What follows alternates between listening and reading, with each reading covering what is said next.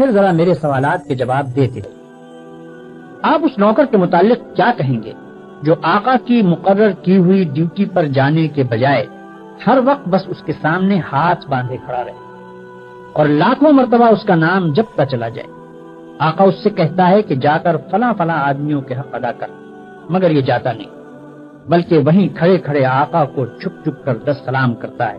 اور پھر ہاتھ باندھ کر کھڑا ہو جاتا ہے۔ آقا اسے حکم دیتا ہے کہ جا اور فلاں فلاں خرابیوں کو مٹا دے، مگر یہ 1 انچ وہاں سے نہیں ہٹتا اور سجدے پر سجدے کیے چلا جاتا ہے۔ آقا حکم دیتا ہے کہ چور کا ہاتھ کاٹ دے، یہ حکم سن کر بس وہیں کھڑے کھڑے نہایت خوش الہانی کے ساتھ چور کا ہاتھ کاٹ دے، چور کا ہاتھ کاٹ دے 20 مرتبہ پڑھتا رہتا ہے، مگر ایک دفعہ بھی اس نظام حکومت کے قیام کی کوشش نہیں کرتا جس میں چور کا ہاتھ کاٹا جا سکے۔ کیا آپ کہہ سکتے ہیں کہ یہ شخص حقیقت میں آقا کی بندگی کر رہا ہے؟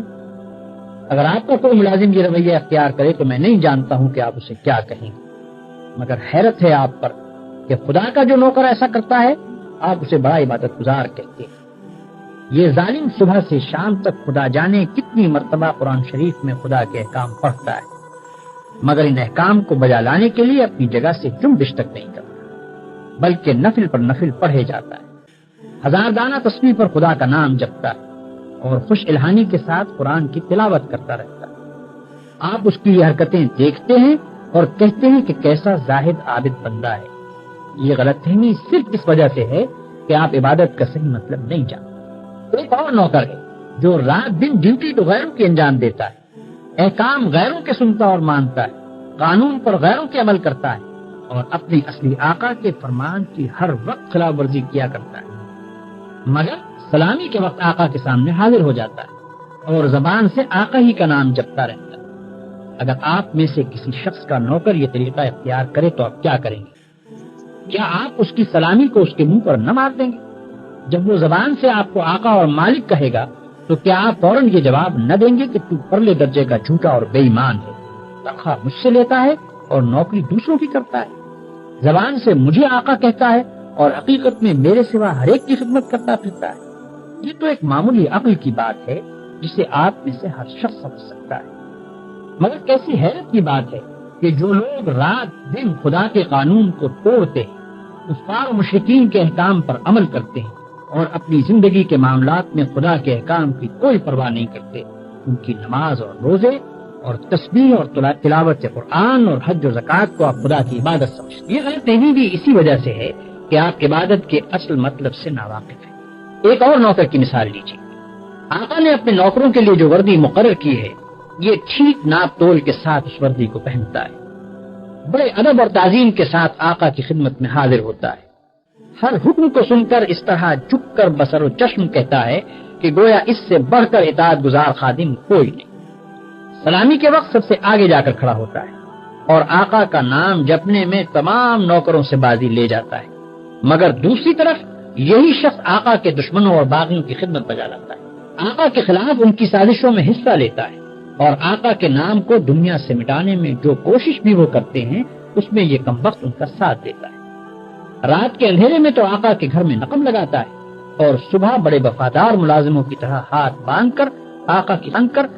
کی خدمت میں حاضر ہو جاتا ہے۔ ایسے نوکر کے متعلق آپ کیا کہیں؟ یہی نہ کہ وہ منافق ہے،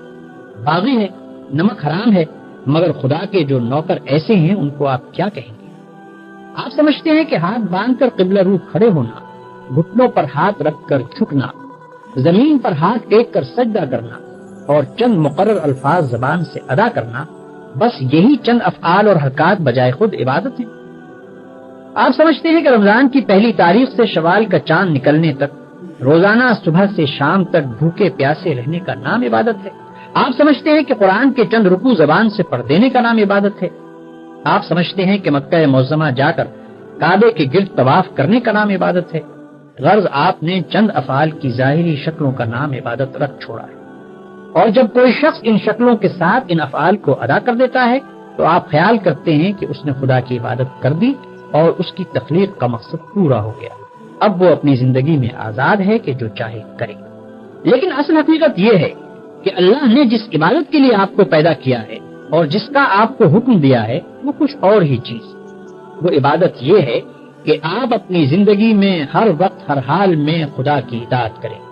اور ہر اس قانون کی پابندی سے آزاد ہو جائیں جو قانون الہی کے خلاف ہے۔ آپ کی ہر جنبش اس حد کے اندر ہو جو خدا نے آپ کے لیے مقرر کی، آپ کا ہر فعل اس طریقے کے مطابق ہو جو خدا نے بتا دیا ہے۔ اس طرز پر جو زندگی آپ بسر کریں گے وہ پوری کی پوری عبادت ہوگی۔ ایسی زندگی میں آپ کا سونا بھی عبادت ہے اور جاگنا بھی، کھانا بھی عبادت ہے اور پینا بھی، چلنا پھرنا بھی عبادت ہے اور بات کرنا بھی، حتیٰ کہ اپنی بیوی کے پاس جانا اور اپنے بچے کو پیار کرنا بھی عبادت۔ جن کاموں کو آپ بالکل دنیا داری کہتے ہیں وہ سب دینداری اور عبادت ہیں اگر آپ ان کو انجام دینے میں خدا کی مقرر کی ہوئی حدوں کا لحاظ کریں اور زندگی میں ہر ہر قدم پر یہ دیکھ کر چلیں کہ خدا کے نزدیک جائز کیا ہے اور ناجائز کیا، حلال کیا ہے اور حرام کیا، فرض کیا چیز کی گئی ہے اور منع کس چیز سے کیا گیا ہے، کس چیز سے خدا خوش ہوتا ہے اور کس سے ناراض ہوتا ہے۔ مثلاً آپ روزی کمانے کے لیے نکلتے ہیں، اس کام میں بہت سے مواقع ایسے بھی آتے ہیں جن میں حرام کا مال کافی آسانی کے ساتھ آپ کو مل سکتا ہے۔ اگر آپ نے خدا سے ڈر کر وہ مال نہ لیا اور صرف حلال کی روٹی کما کر لائے تو یہ جتنا وقت آپ نے روٹی کمانے پر صرف کیا یہ سب عبادت تھا، اور یہ روٹی گھر لا کر جو آپ نے خود کھائی اور اپنی بیوی بچوں اور خدا کے مقرر کیے ہوئے دوسرے حقداروں کو کھلائی، اس سب پر آپ اجر و ثواب کے مستحق ہو گئے۔ آپ نے اگر راستہ چلنے میں کوئی پتھر یا کانٹا ہٹا دیا اس خیال سے کہ خدا کے بندوں کو تکلیف نہ ہو تو یہ بھی عبادت۔ آپ نے اگر کسی بیمار کی خدمت کی یا کسی اندھے کو راستہ چلایا یا کسی مصیبت زدہ کی مدد کی تو یہ بھی عبادت۔ آپ نے اگر بات چیت کرنے میں جھوٹ سے، غیبت سے، بدگوئی اور دل آزاری سے پرہیز کیا اور خدا سے ڈر کر صرف حق بات کی تو جتنا وقت آپ نے بات چیت میں صرف کیا وہ سب عبادت میں صرف ہوا۔ بس خدا کی اصلی عبادت یہ ہے کہ ہوش سنبھالنے کے بعد سے مرتے دم تک آپ خدا کے قانون پر چلیں اور اس کے احکام کے مطابق زندگی بسر کریں۔ اس عبادت کے لیے کوئی وقت مقرر نہیں ہے، یہ عبادت ہر وقت ہونی چاہیے۔ اس عبادت کی کوئی ایک شکل نہیں ہے، ہر کام اور ہر شکل میں اسی کی عبادت ہونی چاہیے۔ جب آپ یہ نہیں کہہ سکتے کہ میں فلاں وقت خدا کا بندہ ہوں اور فلاں وقت اس کا بندہ نہیں ہوں تو آپ یہ بھی نہیں کہہ سکتے کہ فلاں وقت خدا کی بندگی و عبادت کے لیے ہے اور فلاں وقت اس کی بندگی و عبادت کے لیے نہیں ہے۔ بھائیوں، آپ کو عبادت کا مطلب معلوم ہو گیا اور یہ بھی معلوم ہو گیا کہ زندگی میں ہر وقت ہر حال میں خدا کی بندگی اور اطاعت کا نام ہی عبادت ہے۔ اب آپ پوچھیں گے کہ یہ نماز، روزہ اور حج وغیرہ کیا چیزیں؟ اس کا جواب یہ ہے کہ دراصل یہ عبادتیں جو اللہ نے آپ پر فرض کی ہیں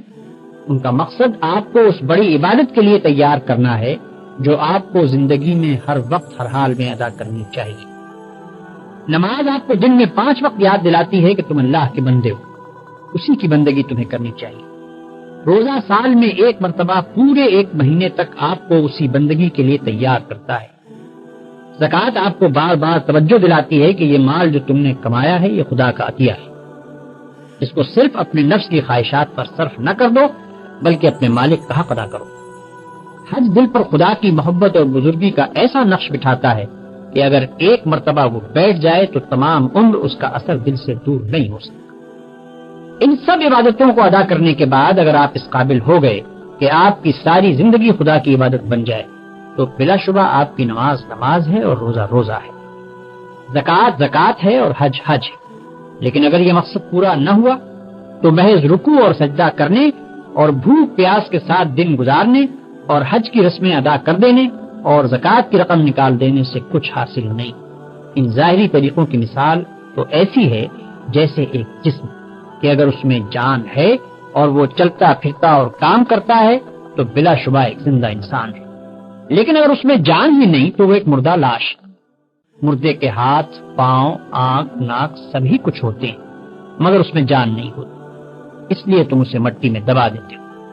اسی طرح اگر نماز کے ارکان پورے ادا ہوں یا روزے کی شرطیں پوری ادا کر دی جائیں مگر خدا کا خوف، اس کی محبت اور اس کی وفاداری و اطاعت نہ ہو جس کے لیے نماز اور روزہ فرض کیا گیا ہے تو وہ بھی ایک بے جان چیز ہوگی۔